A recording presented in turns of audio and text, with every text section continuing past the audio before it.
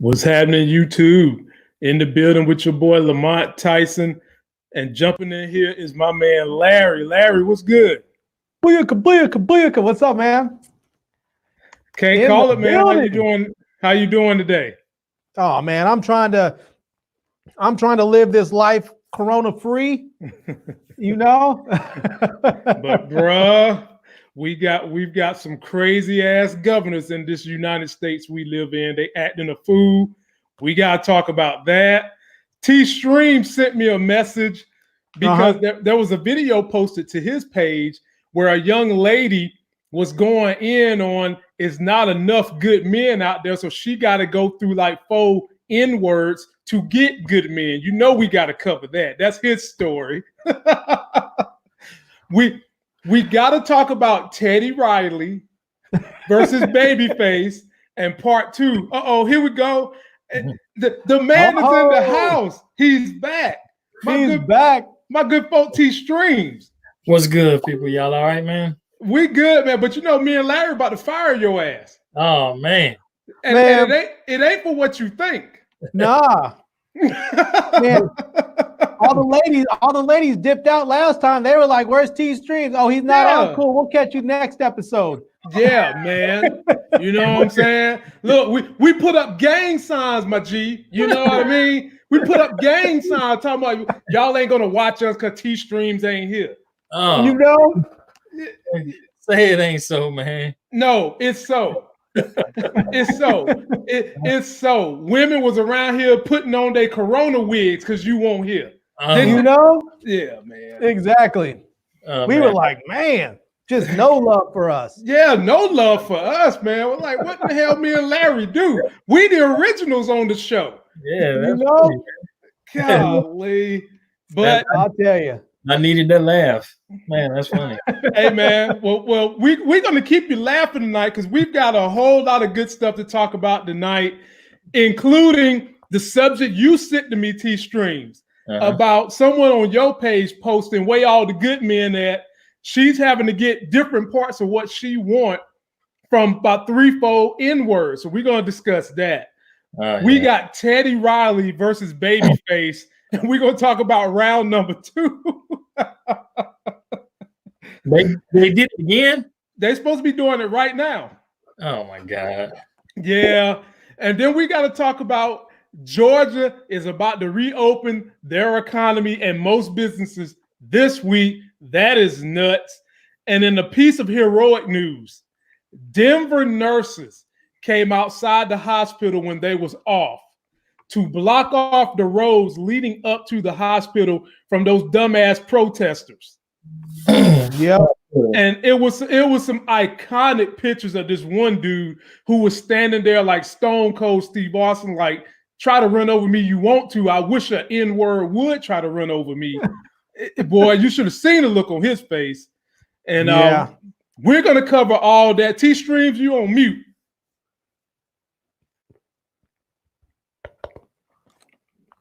There you go. Can you hear me? There you go. Yeah, we can hear you. Now, before we jump into this, you know how we do. We got to shout out our crew. Mike Willie, Buzz, CBF BMC, Tim Windsor, the man. Oh, man, we got a Coco Nut. Hello, Coco Nut. All right, Coco Nut. Yeah, we got them all in the house. Be sure to subscribe to my channel. Subscribe to Larry's channel. Share our videos. And let's dive on into it. Yeah. Teddy Riley versus Babyface. T Streams. Give me your estimation of what went down this Saturday. I told my wife the Panty Draws Express got hemmed up because of Teddy Riley's audio. What was going on? I don't know, man. Honestly, that I had only checked it out just because I was seeing how everybody was just I think that he may have gotten a lot more followers just from that happening. But because of the epic fail. Yeah, because I was one of the ones that didn't even pay no attention until I actually heard, until I actually heard about it. The only battle I really ever listened to, I think, was the Manny Fresh and Scott Storch. But man, I don't know. Yeah, I don't know, dude. I wouldn't even waste my time trying to watch it again, man. Oh wow. Oh wow. Yeah. Larry, drop some knowledge on us, my brother. From another. Who, me? I saw some of the after stuff about it. I didn't watch it live, but from what I heard, it was just straight comedy. They were just saying that it was all kinds of technical issues. Teddy Riley looked like he was ready to perform a concert with backup dancers. Yeah, man. His shimmery shirt on. Man. And then it just all went to hell with the audio. Whoa. Somebody just broke a record. What the hell? Howard McQuarters. Dang. I'm feeling it. You know what? Because your name remind me so much of Quarter Pounders, I'm not eating McDonald's for, let's see here, 14 days and 99 months. I'm done. Big shout out, my brother. Big shout out. Hey, we try to deliver laughs. We try to keep it raw here, and we try to give you guys life gains. And one of the secrets to this show, Larry and T-Streams never really know what's going to be thrown at them night to night. So when you get their opinions, it is raw. It is not thought over. It is what I drop on them the same time I drop it on y'all. Big shout out to you and everybody that wants super chat. Larry, finish telling me about Babyface and Teddy Riley debacle part 1. Man, I'll tell you, the thing that gets me right, you are Teddy Riley. You are one of the best producers in the world. Mm-hmm. You produced Michael Jackson. What? And you couldn't have done a test stream?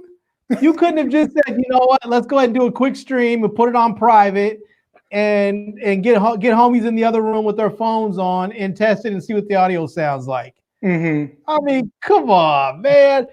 These dudes, I mean, Teddy Riley was I think he was from Virginia Beach or something, or New York, wherever he was from. Dude, when they were young, they were making home studios like everybody else. You could tell me he didn't know how to put some sound pads in there? He couldn't go to the guest bedroom and pull out some comforters and hang them on the wall to try and soundproof the echo? Come on, man. Bruh. I mean, I have a little echo in here. My room's not even that bad. Folks, if you didn't see my video that I dropped earlier today about Teddy Riley and Babyface, go check it out, man. I didn't pull no punches. Yeah. Folks, it was comedy. His video was comedy. Babyface came professional. He came prepared. Yeah. Everything about Babyface was professional. He was in a room by himself. He had his wine. He had his little button-up shirt with 2 buttons down here showing a little chest hair. He was testing the mic. He was ready to go. I mean, he was there to sing your aunt out of her underwear from 1970 that was leopard print. He was ready to sing them out of her. Then he looked like he was ready to try and catch looked like he was ready trying to catch Tracy Edmonds or something. Yeah, man, he was trying to get her back. But then when you flashed over to that damn Teddy Riley, Lord have mercy. First of all, he wasn't practicing coronavirus, number one. All them dudes is in there within nasal breath of each other. Then the audio, which was what made the whole thing bad, was horrible. They had a green screen. It was a band production. I felt like P. Diddy was making the band with Teddy Riley in his part of the thing, and they kept trying to blame it basically on Babyface. And Babyface, to his credit, he stayed calm, he stayed cool, he stayed collective. He didn't even raise his voice. Right. Babyface was ready. He came there to sing. You know what I'm saying? Yeah. Not sing. He came there to sing. Right.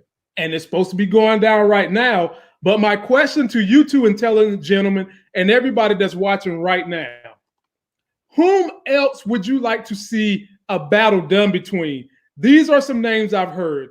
People would like to see Neo versus Usher, Jill Scott versus Erykah Badu, Kiki Wyatt versus Faith Evans, and if you can somehow or another get the boy bands together and practice coronavirus social distancing, maybe 112 versus Jagged Edge. Larry, let me hear a name from you.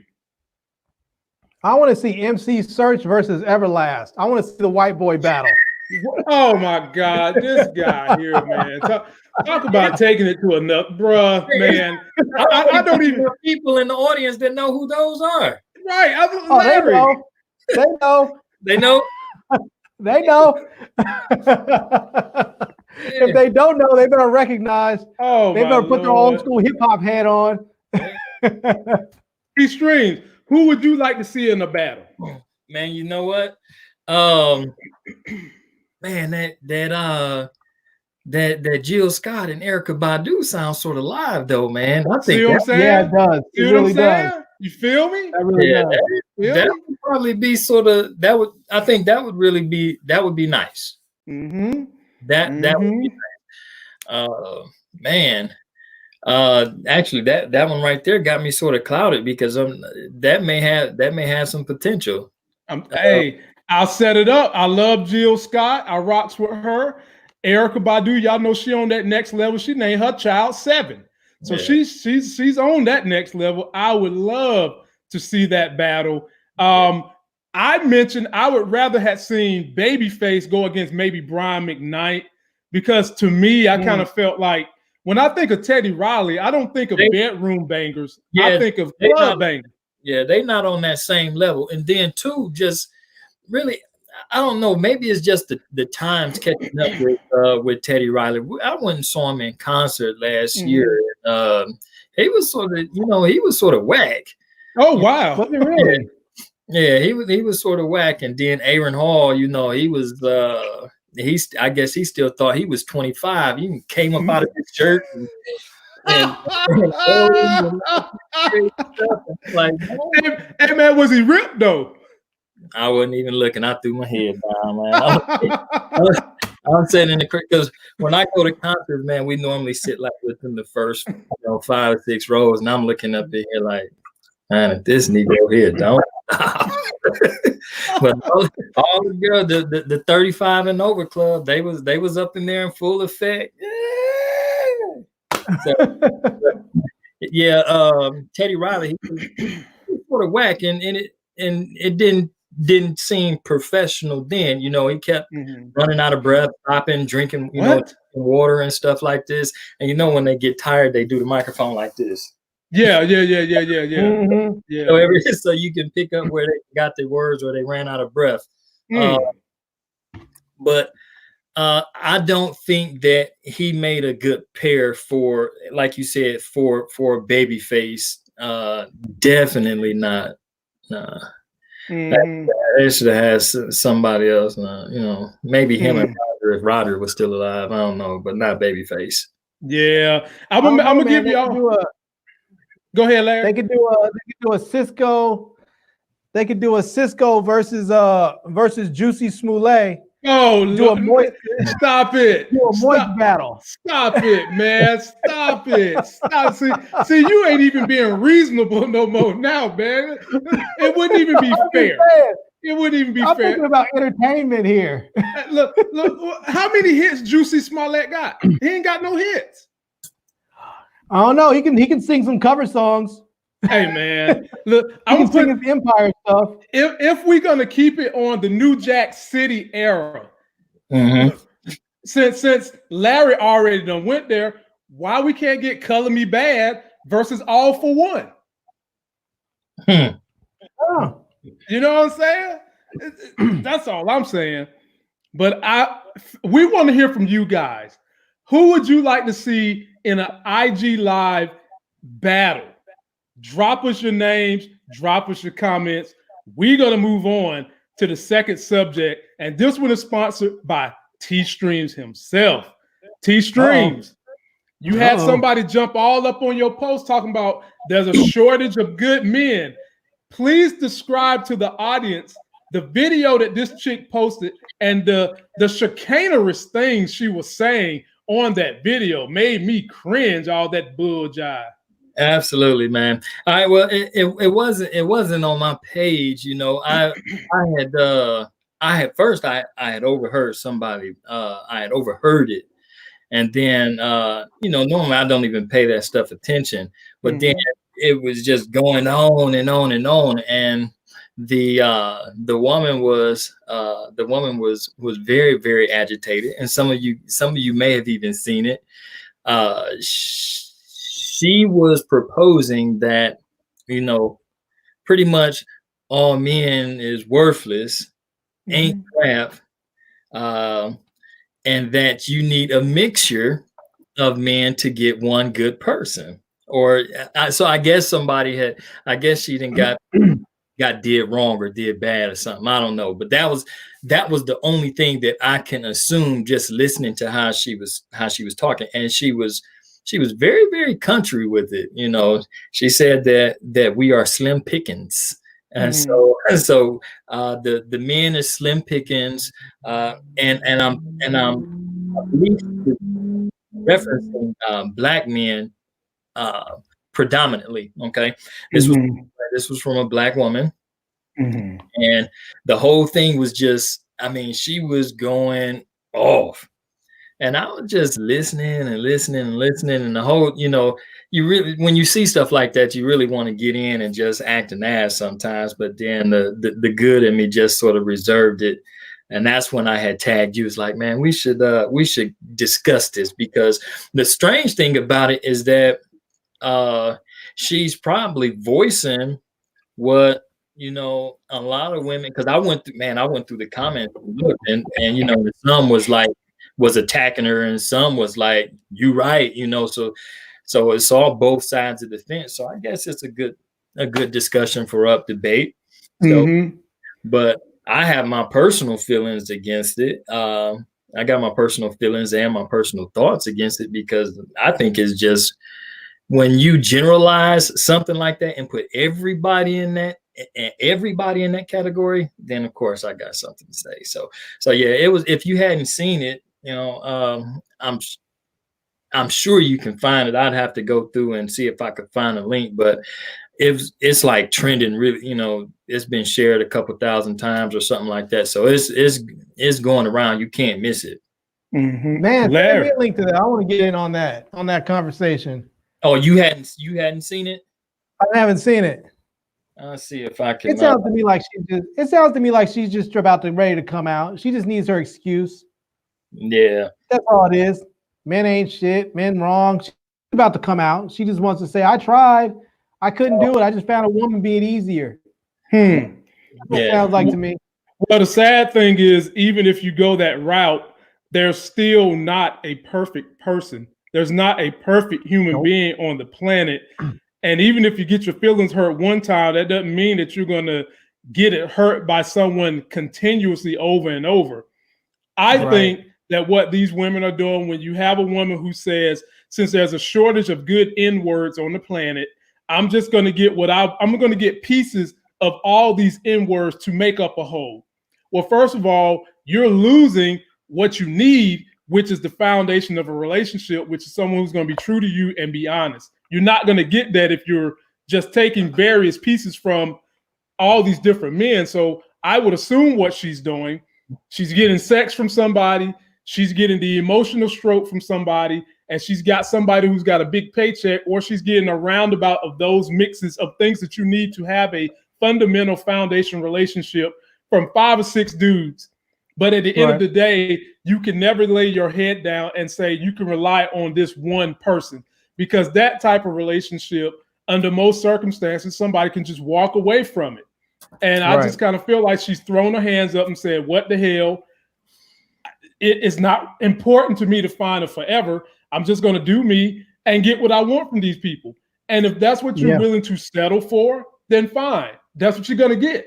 Yeah. But if you're looking for someone who's going to treat you right, dating is a risk. Nobody is perfect. You need to sit down and figure out just exactly what's most important to you, make that list and go down. Unfortunately, nobody's perfect. No, there's hardly anybody you're going to find that's going to be your top 10 in the bed, that's going to have a top 10 bank account, top 10 physically, with all the physical features you want, and have the mindset to go with all that. And then on top of that, if you have this, I need him to be an old school man or a new school man, you're asking for a lot of things. You have to find out what is fundamentally the most important thing to you. which for everybody, it should be some mix of honesty and trust. Right. Someone who can at least take care of themselves and can build with me. And if you don't want to start with that, then you might as well do what this girl is doing and just date around and get pieces from everybody, but ultimately go to bed unhappy because you want one person to be for you. Yeah. Yeah. I mean, let's just be real. I've heard people say this oftentimes. There's no good men, there's no good women, yada yada yada. The fact of the matter is that if every time you end up in a bad relationship, you need to stop blaming the people that you're with, and you need to really look in the mirror and see what you're doing wrong. And sometimes what you're doing wrong is simply picking the wrong type of person for you. I mean, I've seen women left and right. I want to find me. I like these dudes that are a little rough. I like these roughneck dudes that are a little thuggish and a little this, a little that. I mean, I once had a woman describe to me her perfect man. She was like, I want a dude who's a little rough. He's a thug. He works out, but at the same time, he's educated with a good job. And I was like, you just named off this wish list that is like, I don't know, Boris Kojo with a PhD from MIT. I mean, Boris Kojo ain't no thug. But Boris fucking Kojo ain't no thug. If there's really a dude out there like that, why does he want you? Why is he not dating Halle Berry or somebody? I mean, this dude is like because Halle Berry crazy. Right. Well, there's that too. But my point is, sometimes people have these ridiculous expectations of what a person should be. And even if there are people out there like that, they may not be of the caliber that someone like that would actually want. So it's like, yeah, there may be men out there like that, but it's not there's no good men. They don't want you because you're not on their level.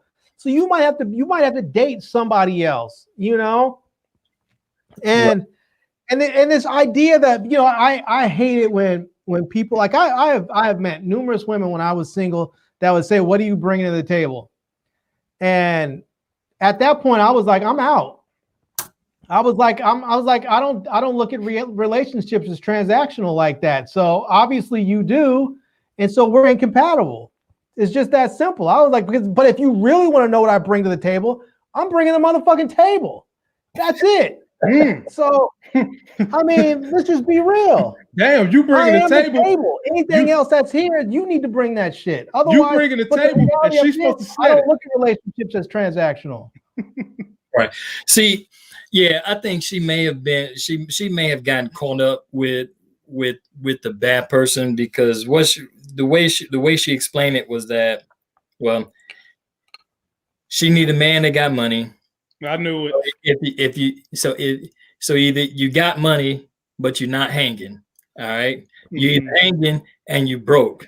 You either got a job, but a bum, or it was all of these polar extremes.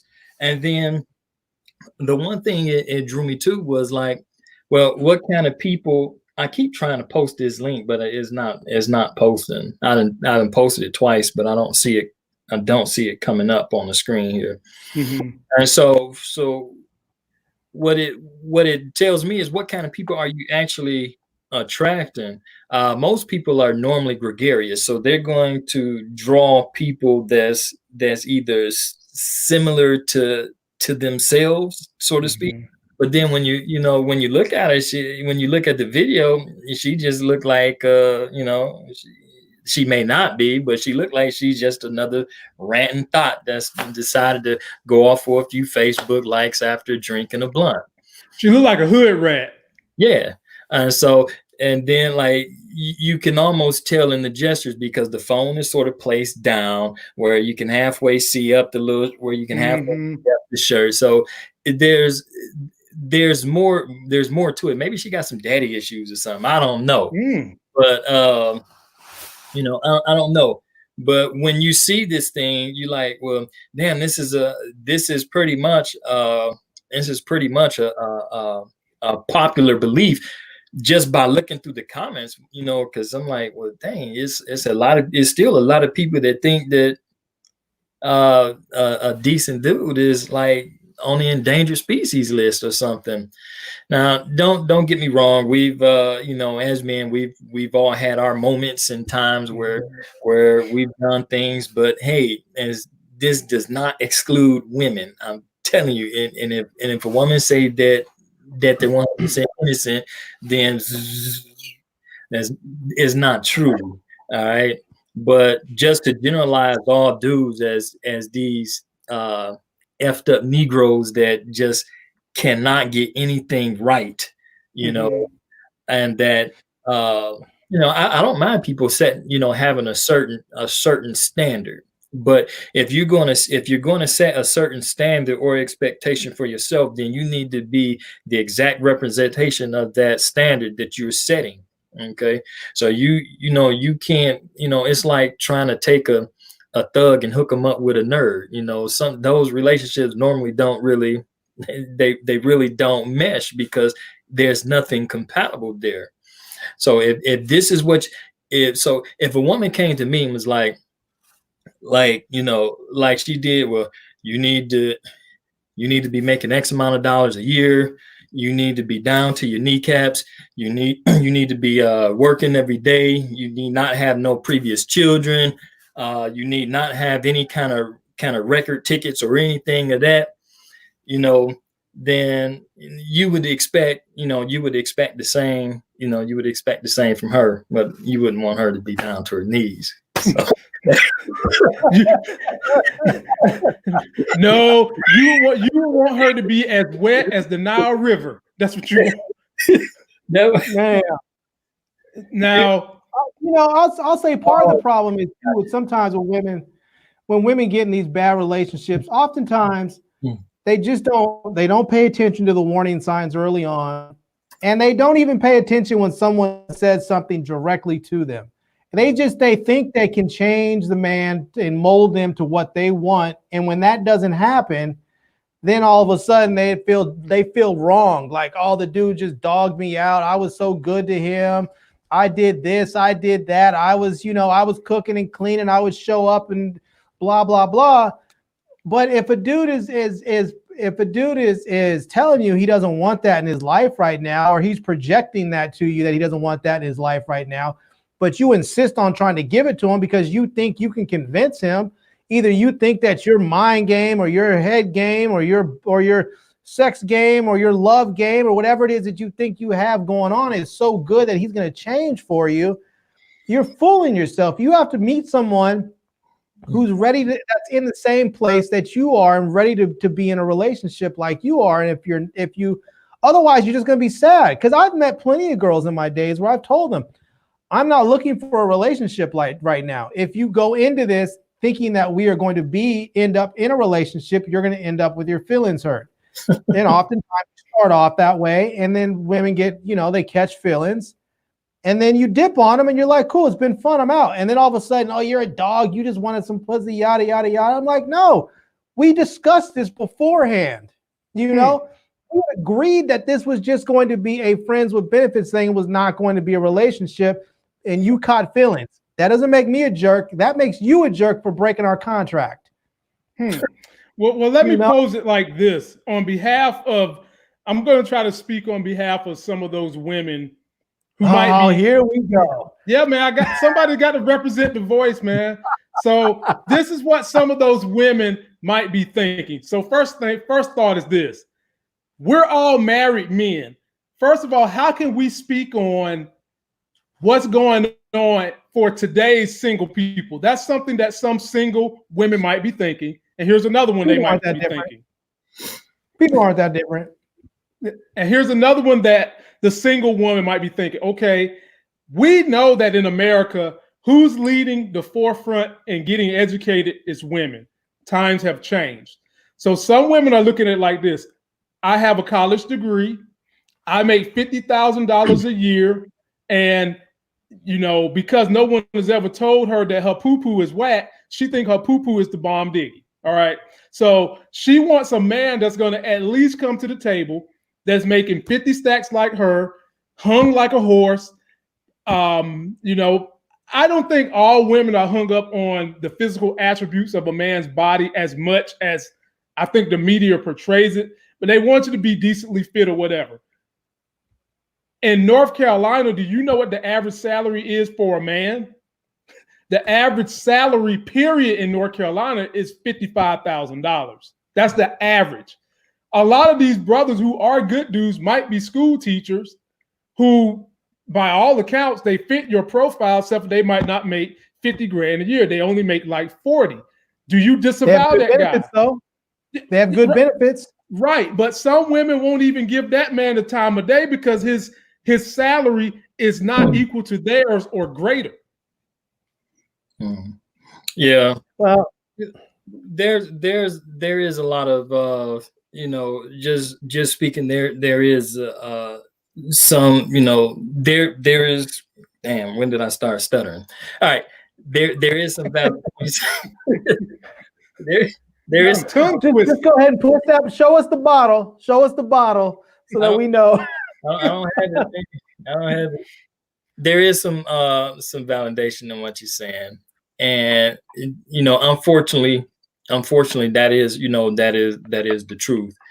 And so let's say, does it make men that has been put in that place either irredeemable, or does it make them to the point where they are, they just become obsolete, they've just become obsolete?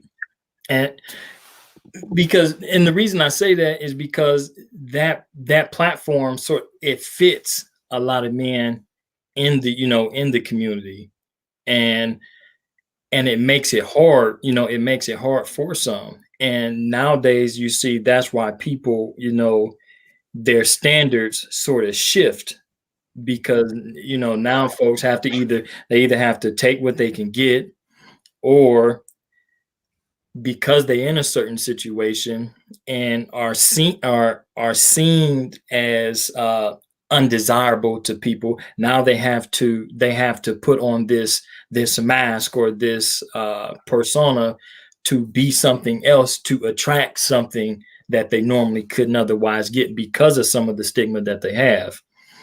And just from a personal standpoint, yeah, I'm married now, but my situation used to be a lot different. Okay. I grew up from the streets. I do have a previous record. Okay. And so as such, that would just sort of knock me all the way out the box, with a lot of people. Okay. But at the same time, I am a college graduate. Okay. I have 2 degrees. I have one in biblical studies and I have one in general education. Okay. I also make more than 50 grand a year now. So does that, because of my history, does it make me like, does it, if I was single, does it make me to the point where, because of my history, I'm not worth anything to modern day, to the modern day woman or something like that? Does it make me obsolete or irredeemable because of my past or something like that? So, it's really, and I agree that makes perfect sense what she just said. That makes perfect sense. So shout out Trisha. Okay, yeah. So it really depends on how, on what an individual is, currently doing. So we could definitely, stay gooned out and live in the trenches and just get whatever, but I don't think everybody has that. Thank you. Yeah. That was your biggest groupie right there. Me and Larry about to kick her ass to the curb too and fire her from the channel. She just basically got up here the other day, didn't say, Larry, Lamont kissed my foot. Hello, the sun is orange or nothing. She got up here and said, where the hell is T-Stream? Yeah, Tristan, we're going at you because it's funny. That's all. Yeah. Yeah, it's we still got love for you.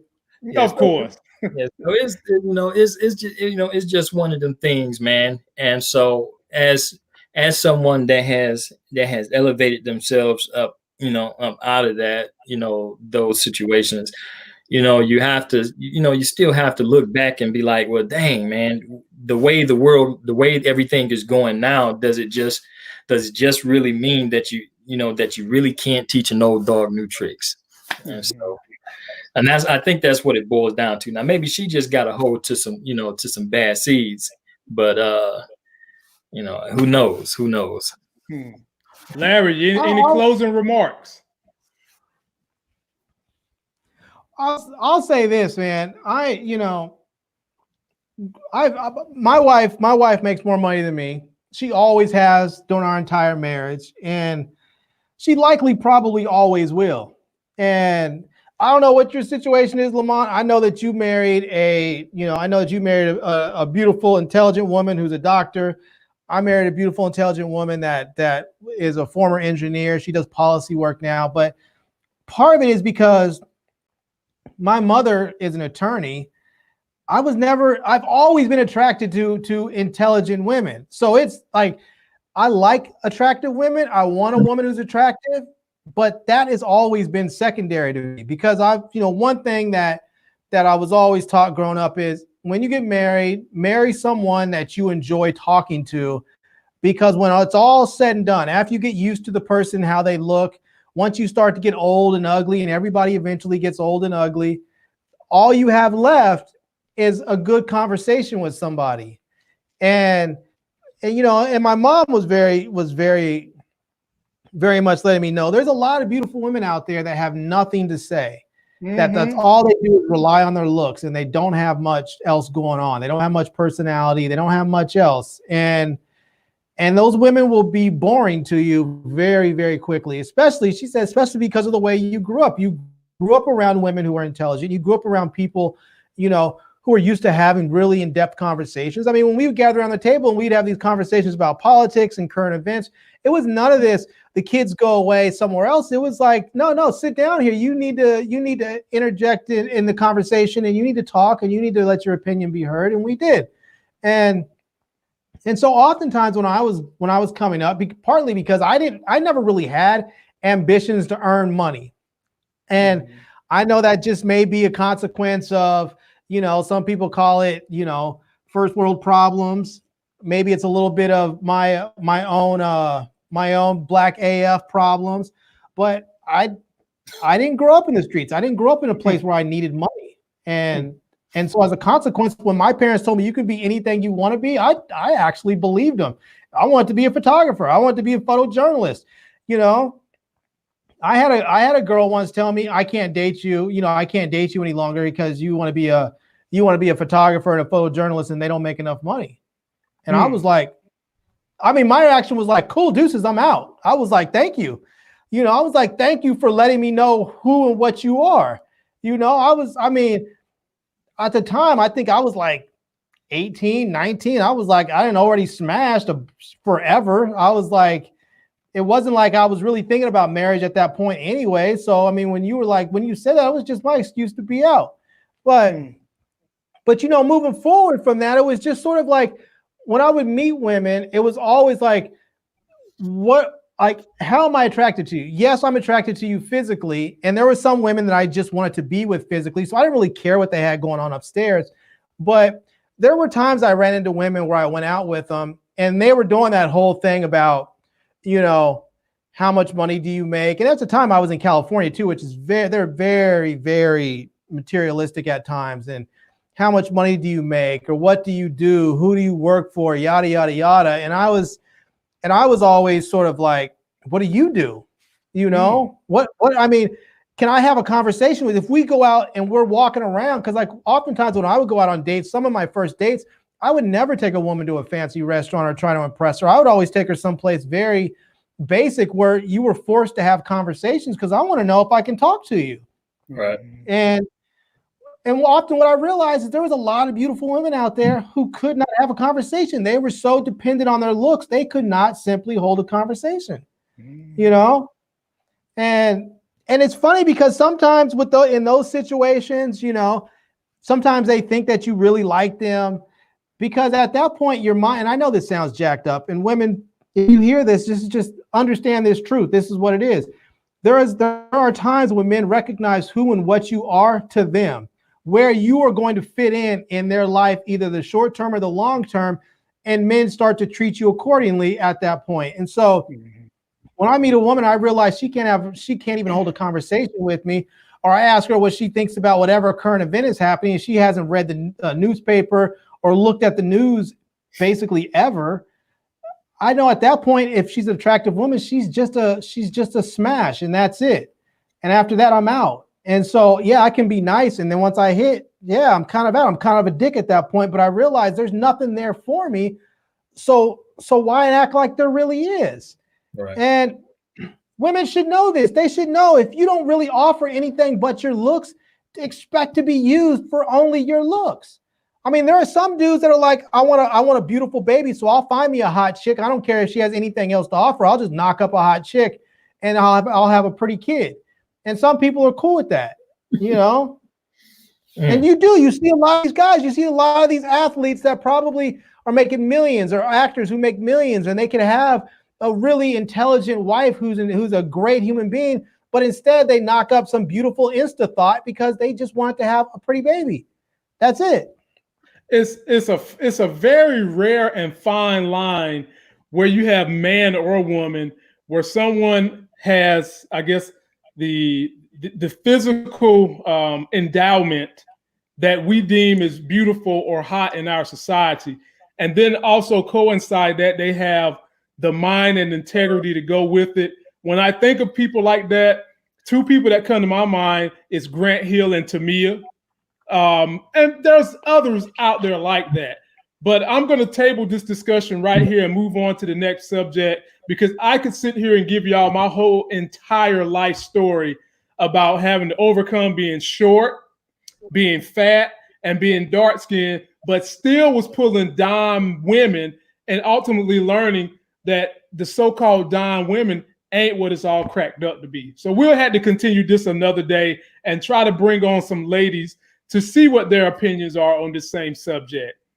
But moving right along into crazy ass governors. We talked about this governor 2 weeks ago, Brian Kemp, who recently 2 weeks ago, he closed Georgia because y'all remember his quote was, "I didn't know up until this Friday that people that weren't showing signs of coronavirus could be carrying." Y'all remember that dumb, I don't even want to say the bad word. Well, ladies and gentlemen, this week, he is going to be opening up 90% of his state. So you can go get your hair did, you can go get your nails done, you can go back to the gym. He's opening up all that stuff, but he's not going to open up the buses. He's not going to allow the transit system for the poor folks to go. And he's going to let churches open back up. And he's going to have ball games and stuff like that open back up. But the rule here is he's saying that these people are going to be practicing social distancing. Larry, I got to give this one to you first. What the hell? Now, let me give you the numbers, though. Let me give you the numbers. Let me give you the numbers. Okay. Georgia has 19,000 confirmed cases of coronavirus, and they've had 750 deaths to this point. Those are the numbers. Drop it on us. So this is my thought with all this, with the people opening stuff back up early about these various protests in various states around the country. Honestly, and I know that this may sound like conspiracy theorists, it might just sound like another thing, oh, he's playing the race card. I really think that this is a racially motivated thing. And when you listen to like plays, like I tried to listen to a little Fox News today just to hear what they were having to say. When you hear them say stuff talking about you should be that if they're having all these problems in the inner cities, if these urban areas are having these problems, that's one thing. But the people in the rural areas should still be able to live their lives. They shouldn't have to be on lockdown because the rural areas or the urban areas are having these problems. These are just simply thinly veiled coded words for black and white. And basically what happened is that when when you saw all these rich white people out there that were coming down with the coronavirus early on, they were like, we need to lock this shit down. And now, once they start releasing stats saying that 40+% of all the people dying from the coronavirus are black and brown, and only like 3% that are dying from it are white, now all of a sudden they're like, we need to open everything back up. We're good. Everything's good. It's okay. I think that what they're forgetting is that the coronavirus does not discriminate. Like black and brown people may be dying at higher rates. It could be for a lot of reasons. One of them is that often if you don't have health care, you simply don't seek medical treatment until it's much further along. I have good health care. If I start feeling an itch on my finger, I'm video chatting with my doctor, holding my thing up to that camera saying, what's wrong with me? Oh, nothing. You're okay. You're being paranoid. You know, I mean, I will go into a doctor in a heartbeat because I can. It doesn't cost me anything, you know. But if you know, for one, that you don't have health insurance, and so if you do go in, they're going to send you a big whopping ass bill that you are never going to be able to pay. You just don't go. And by the time you get to the point where you can't breathe and your family's calling the ambulance, well, yeah, by then you're more likely to die from the coronavirus when they get you in there. And so there's already that's going on. But I really think some of this is really racially motivated because you don't see a bunch of black folks out there saying, let's open it up. You don't see a bunch of brown people saying, let's open it up. You don't see that. You don't see a bunch of Asians or anybody else. What you're seeing are far right Trump supporters out there, people listening to talk radio and these podcasts and the Rush Limbaughs and the Alex Jones listeners out there saying, hey, you guys need to get out there. I'm seeing signs that people are holding up saying coronavirus is a hoax, COVID is a hoax. It's not just a matter of them saying we need to get back to work. We need to open up so we can go to work. They're saying COVID is a hoax.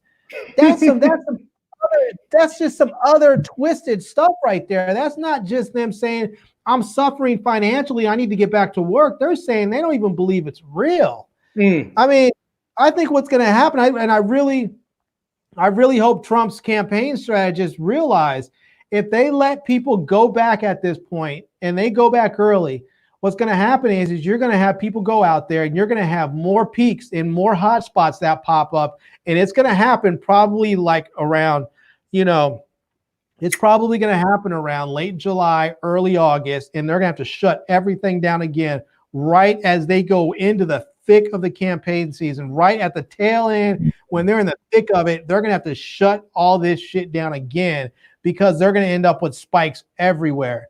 And if I'm Trump's campaign manager, I'm thinking the timing just could not be worse. Like, you just need to leave this shut. I mean, if I was them, I would say leave this country shut down until like at least July 1st. And that's enough months in between then and the election to let people forget about it a little bit. Because if they're just coming out of it, it's going to be fresh on people's minds and people are going to be pissed. T-Streams, ramifications of Georgia opening up so quickly. Man, you know what? This is like probably some of the most silliest thing I didn't see. I was checking it out on CNN, and you know what? Just the other day, when we was talking on the show, I was telling you that people tend to act differently when their back is against the wall, and they.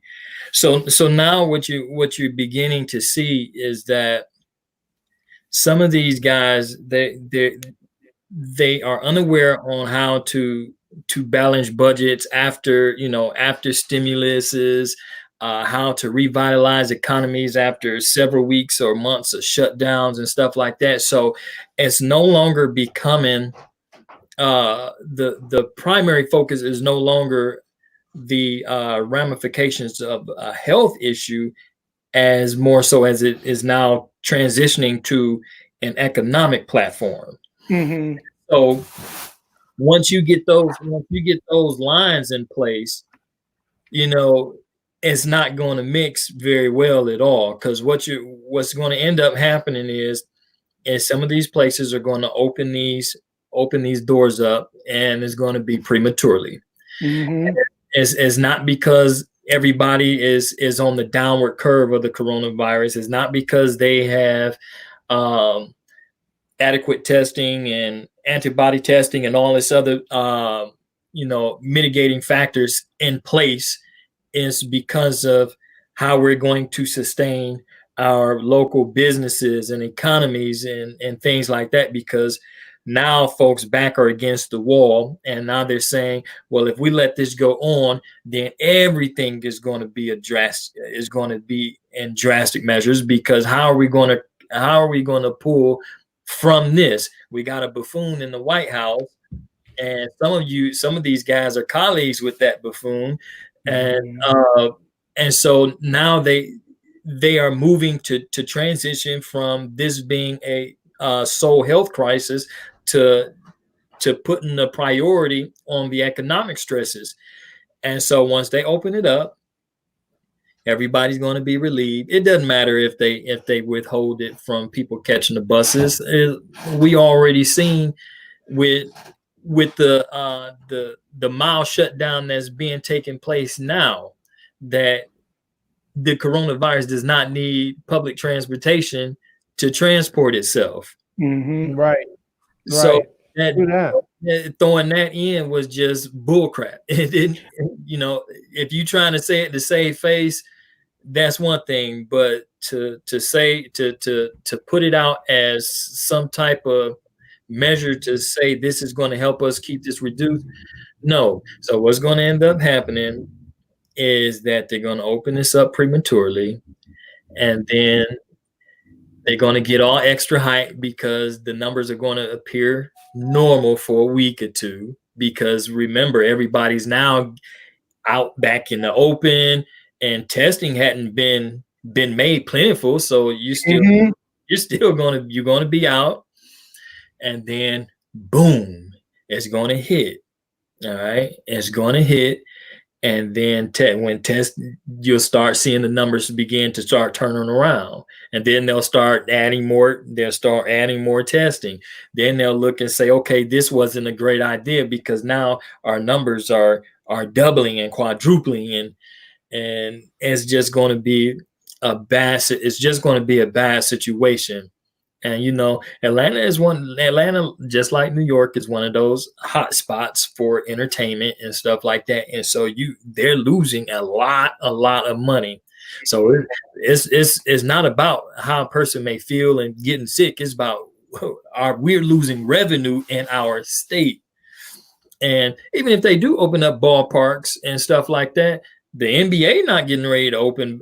They're not getting ready to make their players susceptible to playing down there at at the Oakland A's stadium, or wherever. That's where baseball is, or wherever the Hawks play and stuff like that. They're not going to do that.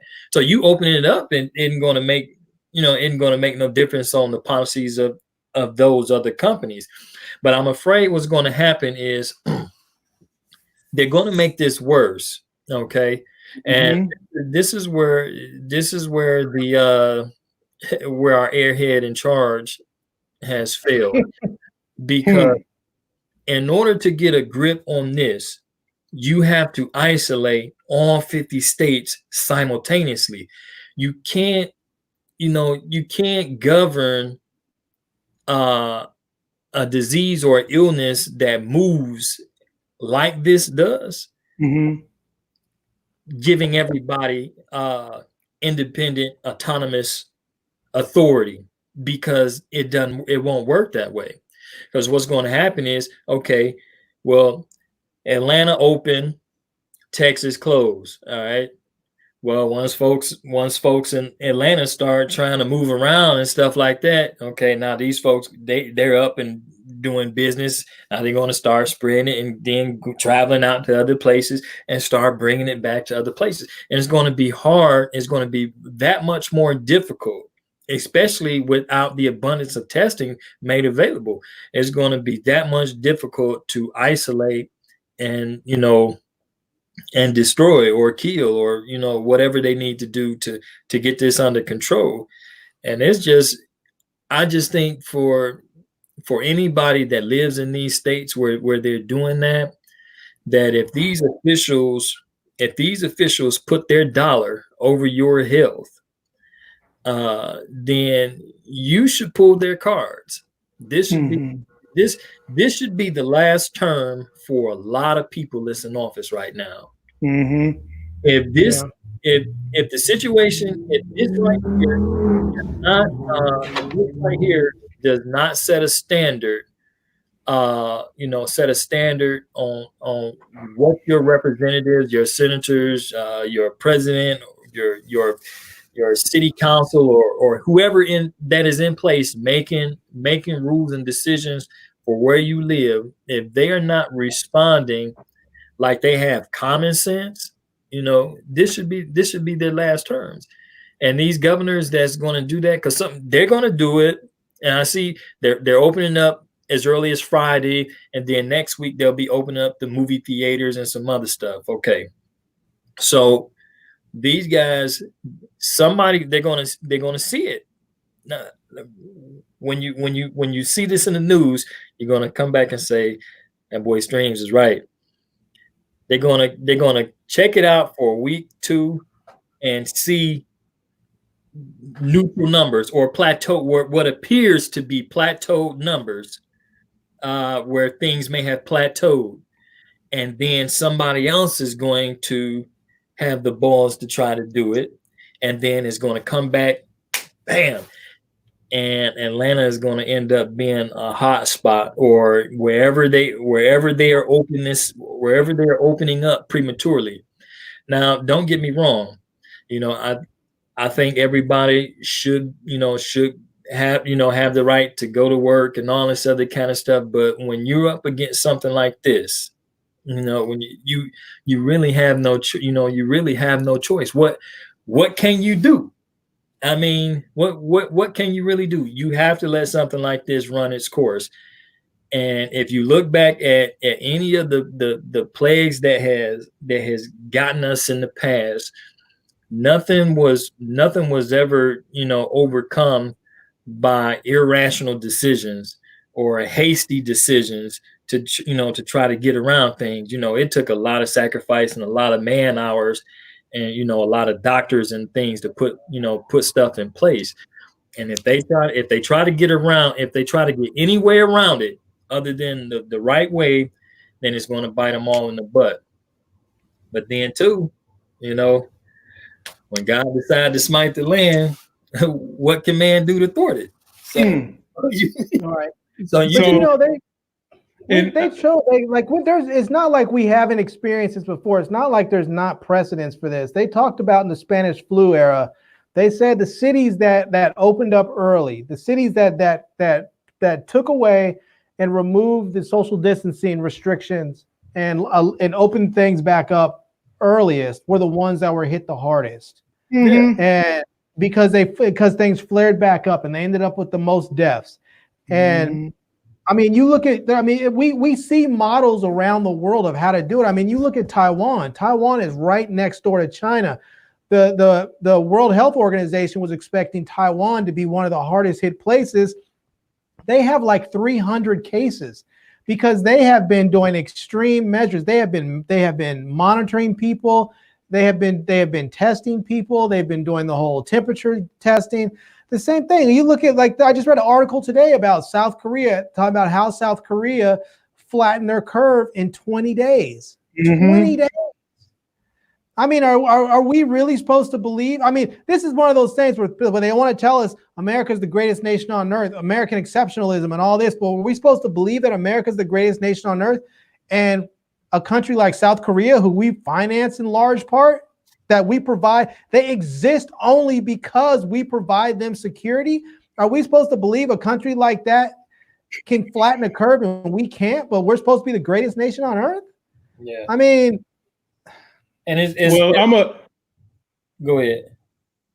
I was going to say, in trying to transition to the next topic that still deals with the same thing.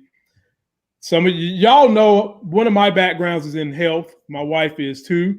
And I talk to a lot of healthcare providers. Here's one thing healthcare providers are saying that I can say that they can't say on a platform like this.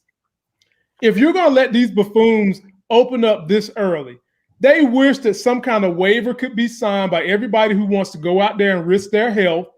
And if you get sick, don't show up at nobody's hospital or ER, just go home. Go home and deal with it yourself.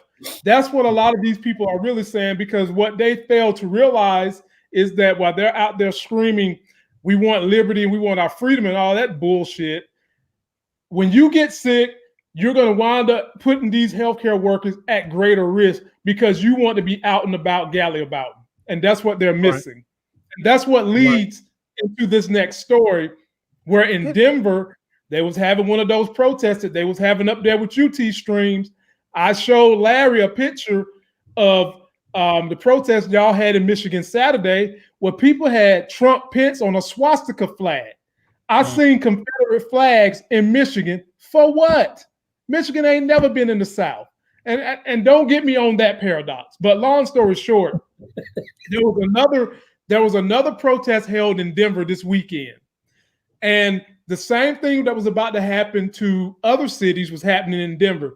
They protest near hospitals, clogging up the roadways toward the hospitals.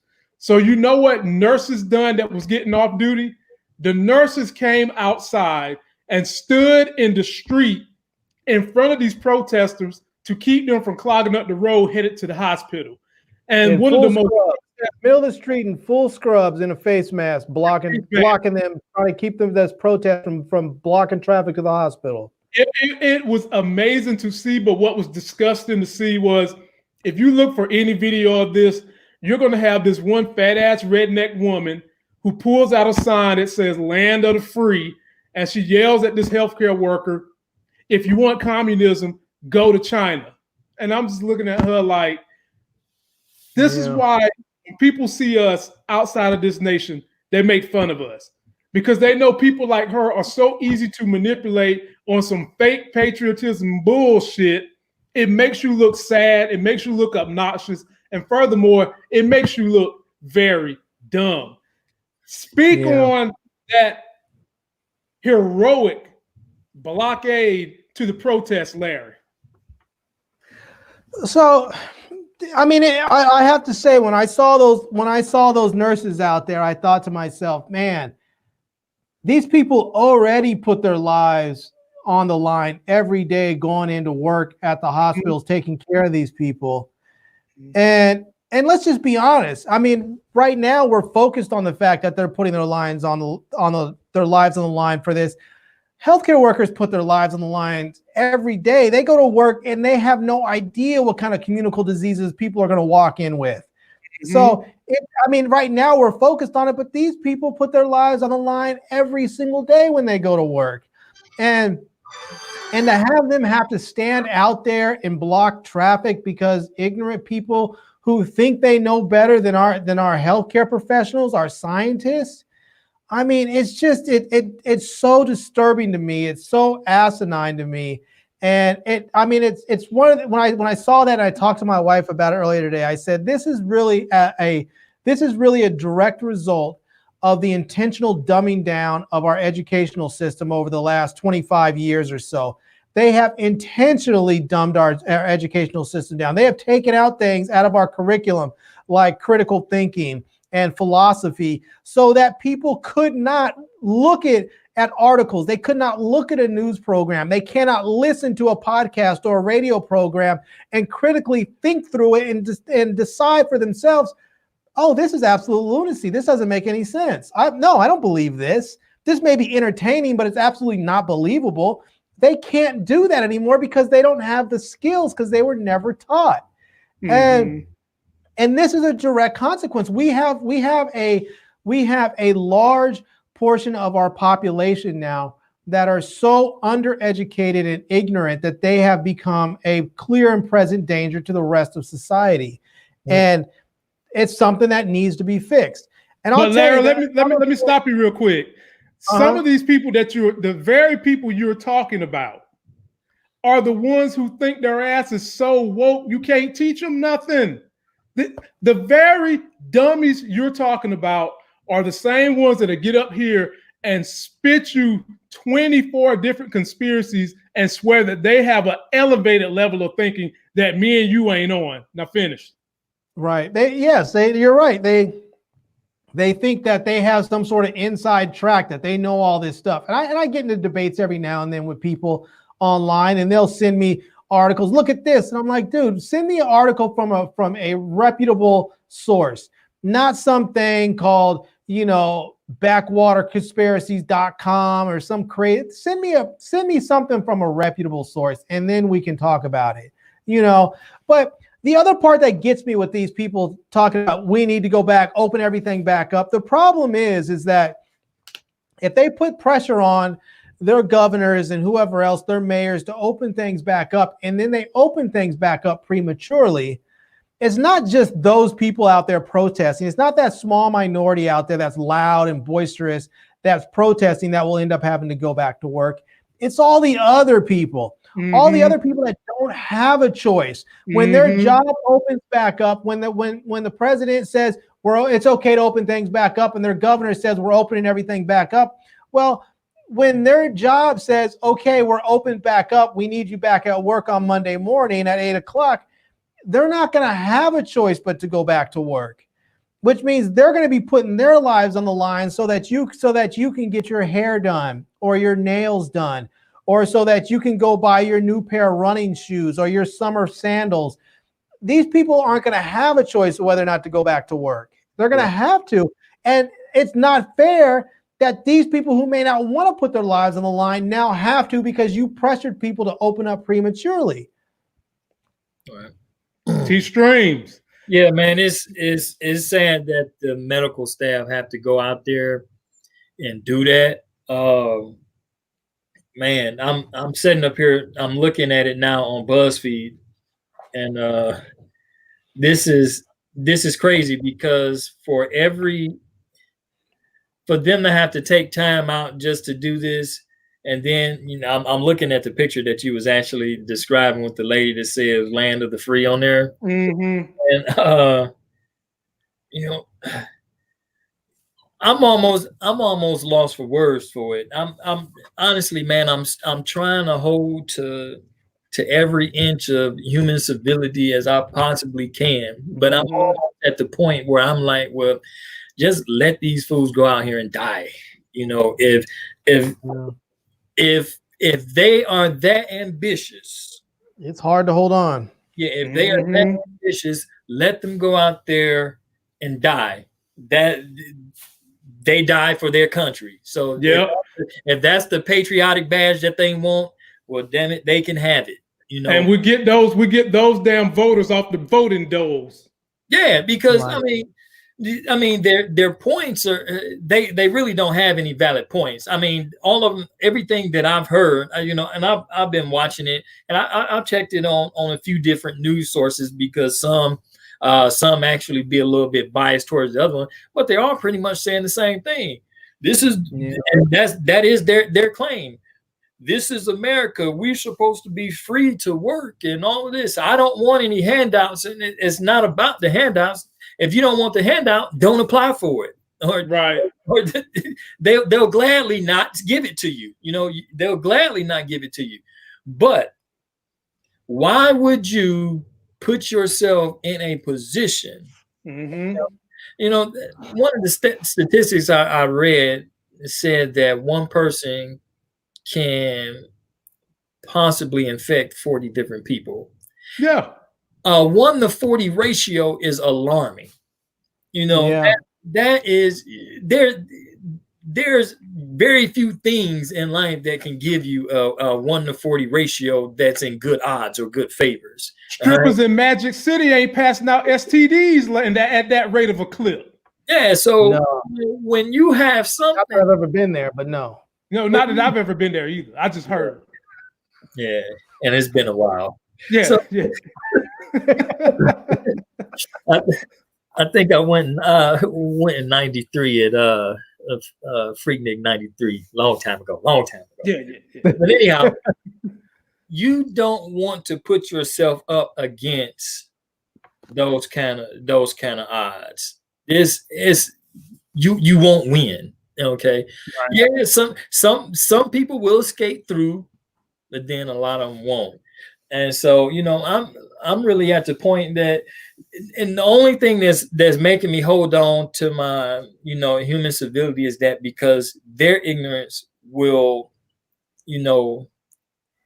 eventually get some of us that are actually trying to do what we want to do, that we're doing what we're supposed to do.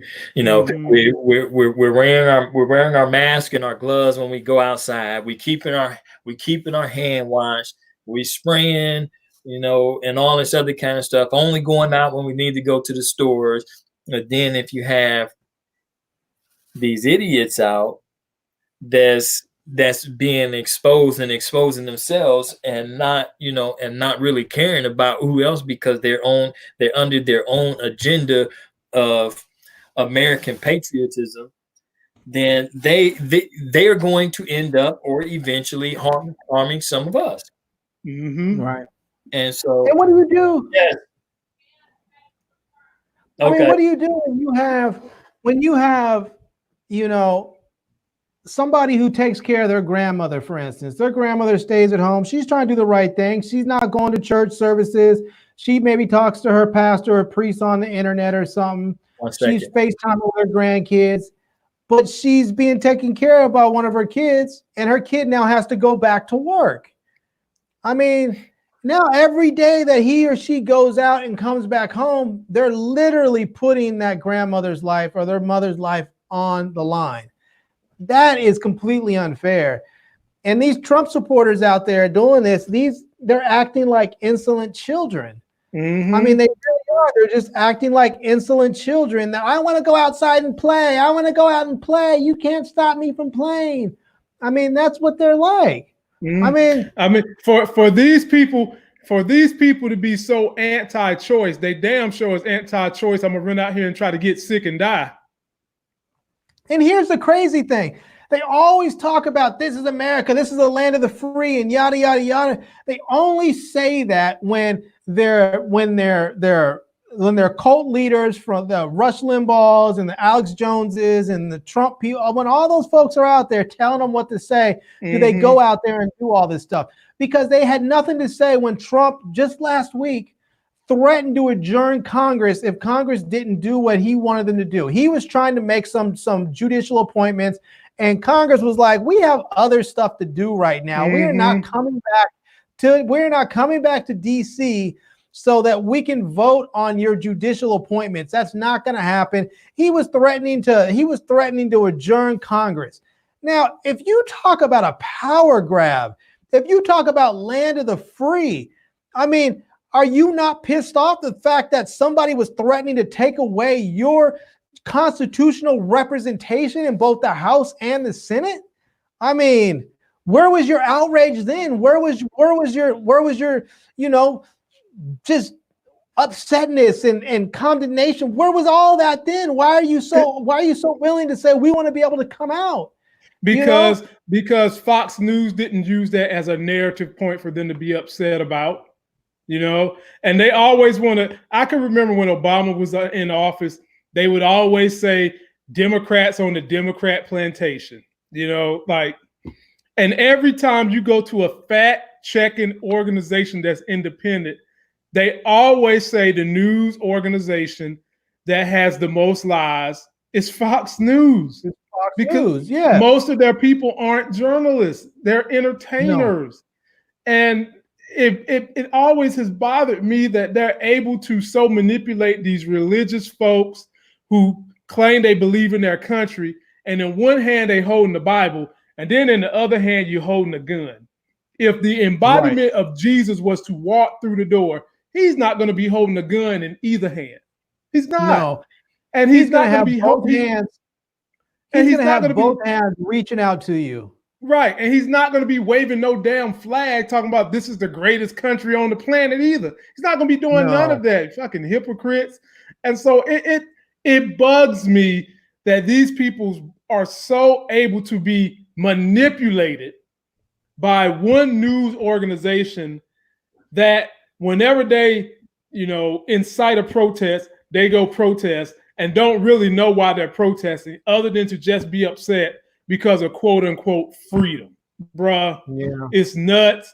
And I'm sorry, we're at a point where these people got to get sick, Larry.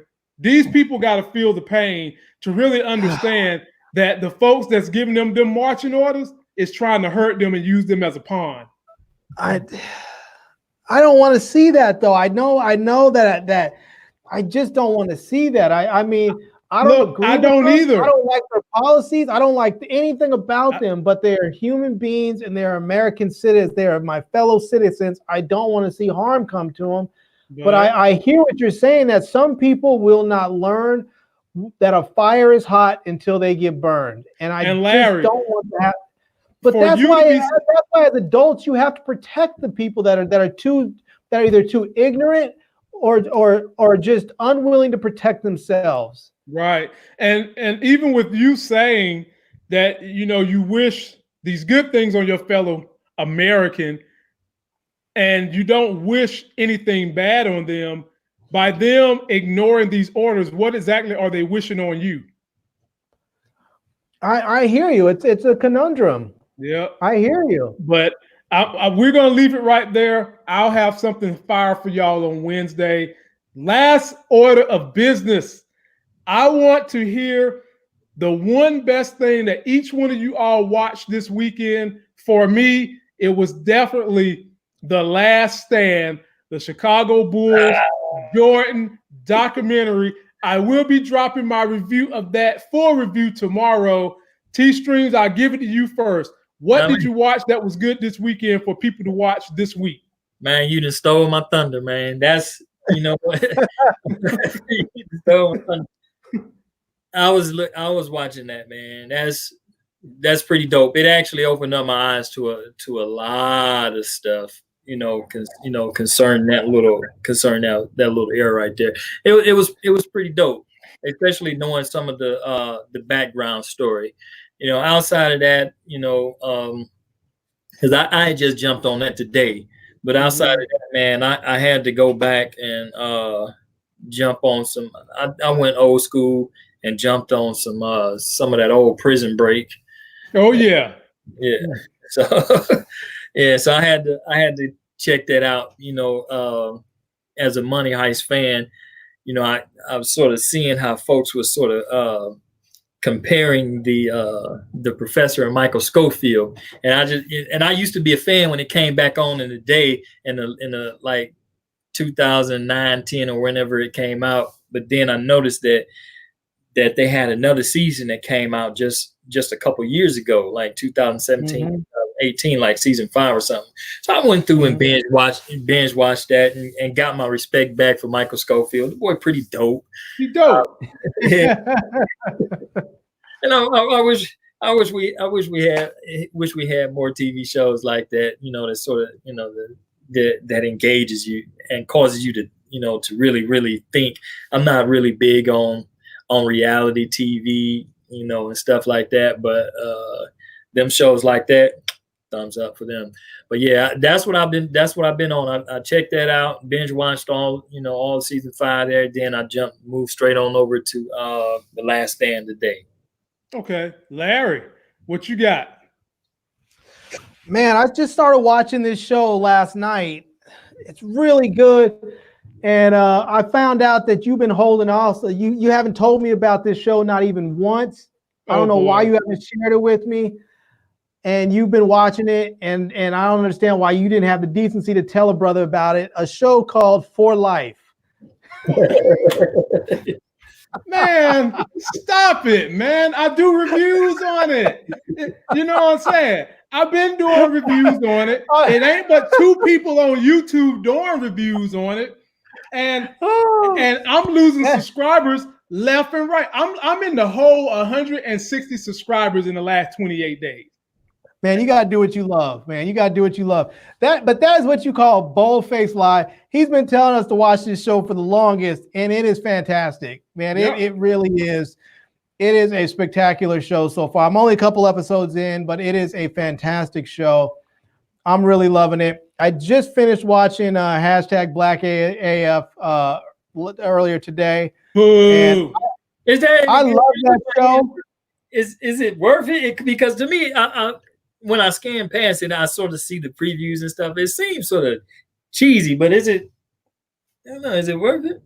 I love the show. It's funny to me. Okay. I think it's great.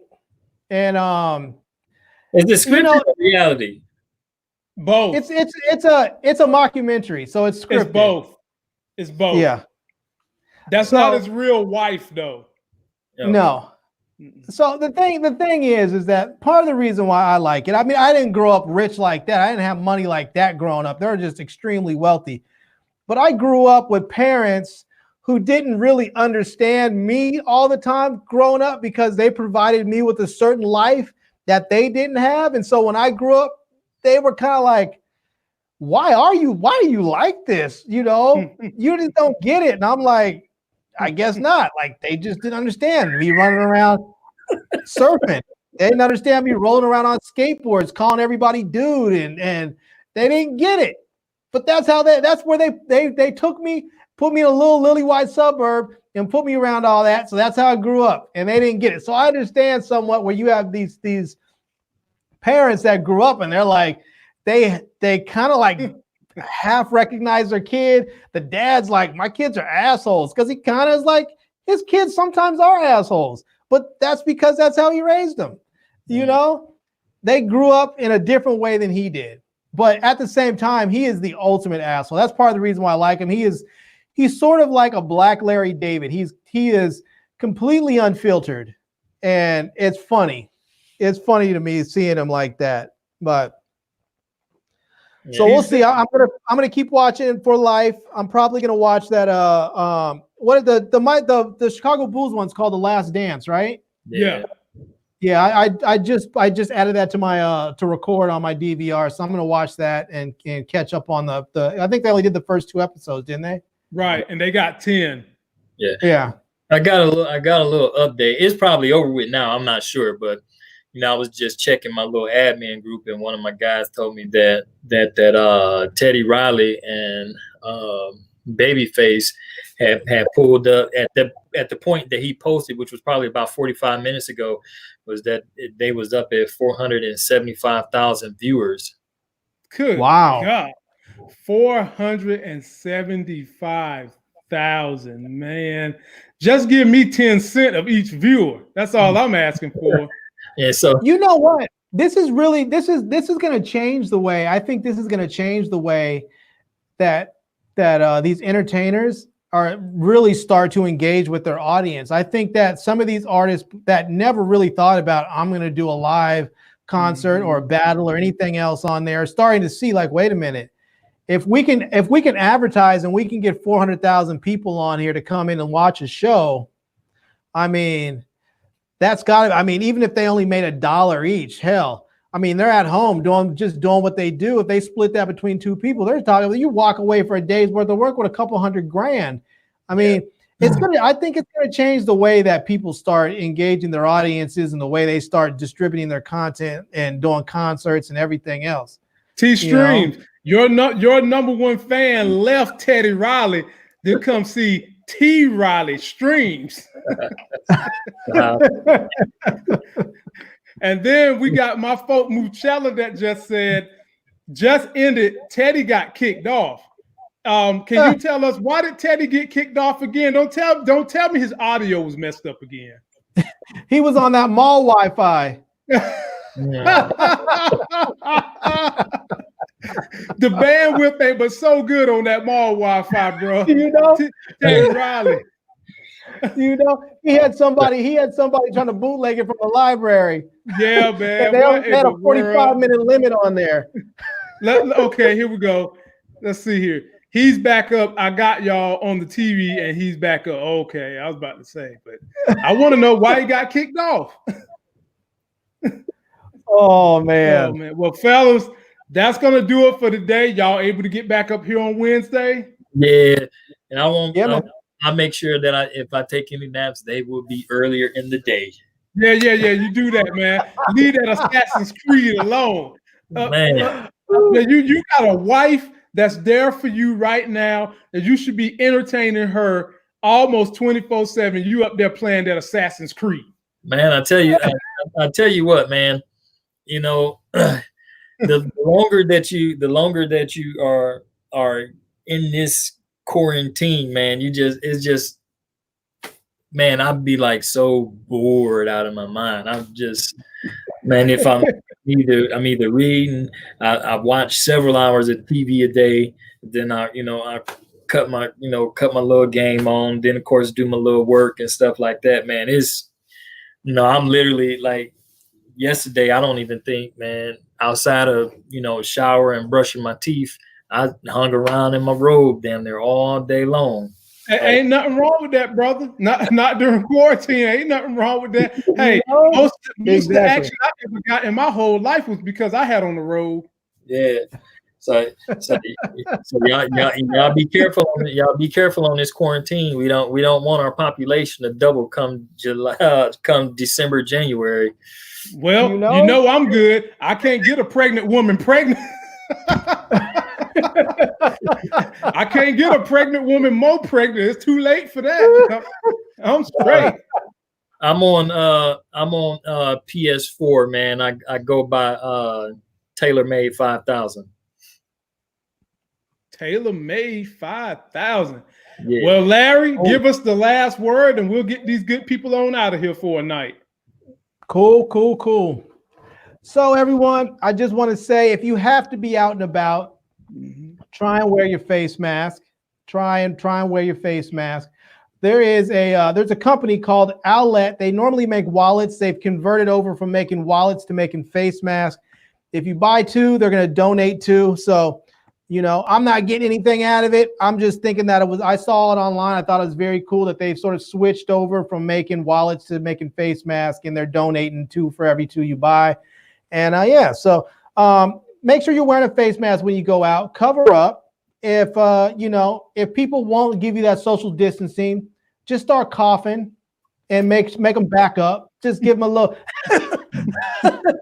make them back up. And be kind to each other. Just make sure you're in the right area when you do that.